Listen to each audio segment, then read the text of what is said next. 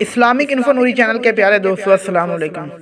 دوستو، حضرت علی کی خدمت میں ایک شخص حاضر ہوا اور عرض کرنے لگا کہ یا علی، دنیا میں عظیم اور خوبصورت عورت کون ہے؟ بس یہ کہنا تھا کہ حضرت علی نے فرمایا، اے شخص، یاد رکھنا، عورت کی خوبصورتی کا اندازہ اور اس کی عظمت کا اندازہ اللہ نے اس عورت کے کردار میں رکھا ہے۔ جو عورت اپنے کردار کو خوبصورت بنائے اور اپنے اعمال کو نیک کر دے اور اپنے پردے کا خیال رکھے تو زمین پر اس عورت سے زیادہ خوبصورت کوئی اور عورت نہیں۔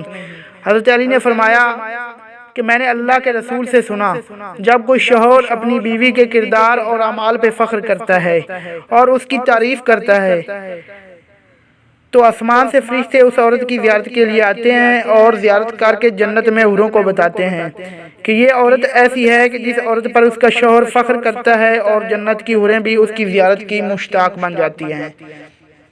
یاد رکھنا، عورت کی ظاہری خوبصورتی کے قصے تو صرف اس جہاں تک محدود ہیں، لیکن عورت کے کردار کے قصے عرش پر گائے جاتے ہیں۔